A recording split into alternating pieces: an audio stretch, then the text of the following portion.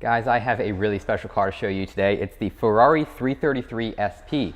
And this car was really important to Ferrari because it really brought them back to the sports prototype racing. It was the first one they made since the 1971 Ferrari 312 piece. So this car was really important that it brought them back to that series, which had made them a really popular company back in the early days.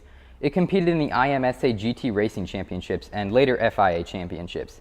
It didn't do so well in its first season, 1994, but then it came back in 95 to win the IMSA Championship. And during its lifetime, it won at a ton of great tracks like Sebring, Daytona, Lime Rock.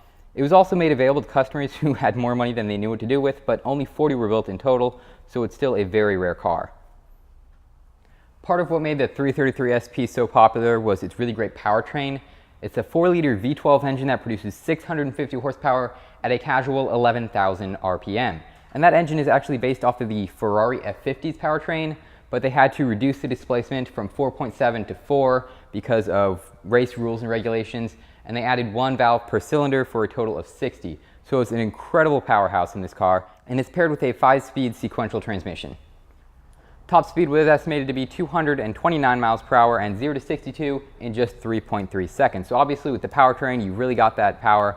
It makes it a great track car, but also part of what goes into this car to make it such a great performer is the chassis. It's actually a carbon fiber aluminum honeycomb chassis designed by Dallara, a third-party company, not actually Ferrari. They actually outsourced it to another company, but it was incredibly stiff and incredibly light. It helped keep the car's dry weight under 2,000 pounds. I believe it was somewhere around 1,860, somewhere around there. Now, technically, Ferrari considers it a 2-seater, but the battery and a lot of the electronics take up the second seat. It has unequal length wishbones for all 4 wheels and 360 millimeter rear Pirelli race tires. So obviously we're talking race car performance here. And as you can see, the exterior was designed for aerodynamic efficiency, and it produced a lot of downforce with the sloped hood, the heat extractors all around the car, and the front splitter made out of carbon fiber, as you can see. It's just an incredible car to look at.